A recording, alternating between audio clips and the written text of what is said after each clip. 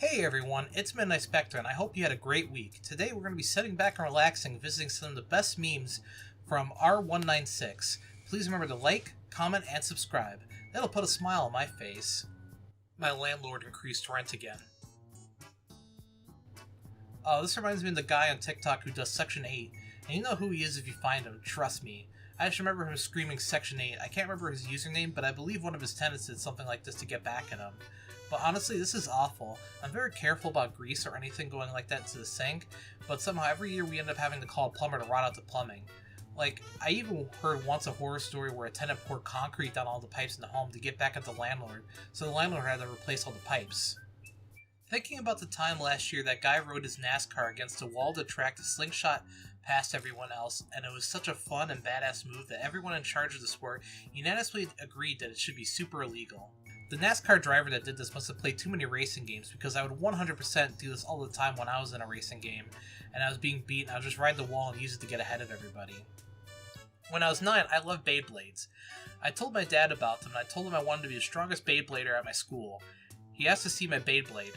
After inspecting it, he made the observation that weight was a deciding factor in which Beyblade won, and the weight come from the metal core at the Beyblade Center, so he created a custom core for me, a very heavy one. I took my Beyblade to school the next day, and in my first game I cracked the opponent's Beyblade in half.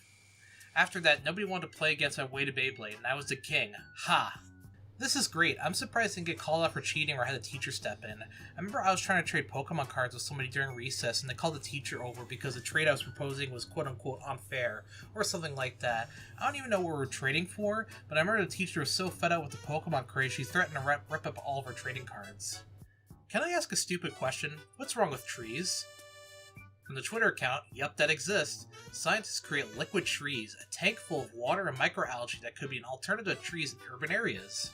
Because trees aren't dystopia enough. Bonus points if you're next to them and they install those fake palm tree things that have solar panels on them and they offer free Wi-Fi.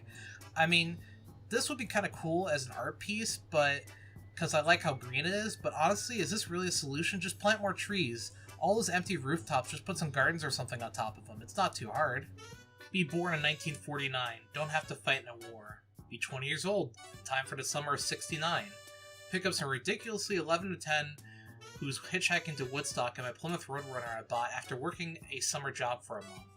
She's immediately into me because she's from a small town and I'm the only man in her life who's not her father or brother. Bring her home and marry her. Go get a job, hire her on the street with no experience and get trained. Buy 10 acres of land for less than what I make in a year. Rent up my land for decades. Retire and sit around the house all day looking at my collection of boats and cars I never use. Kids today just don't understand how hard work and pulling themselves up by their bootstraps.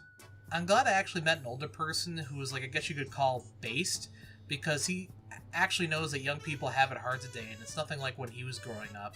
It's honestly amazing how many old people think that the world still works the same as when they were growing up.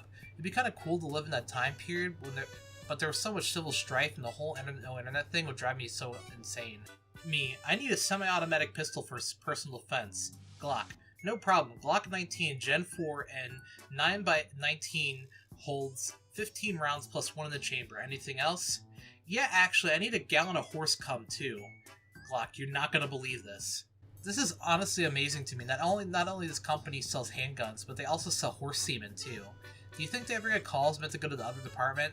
Like someone calls and says, yeah, I need some horsey baby batter, and the person on the other line is like, oh no, champ, this is the handgun division. Let me transfer you over to the horse department.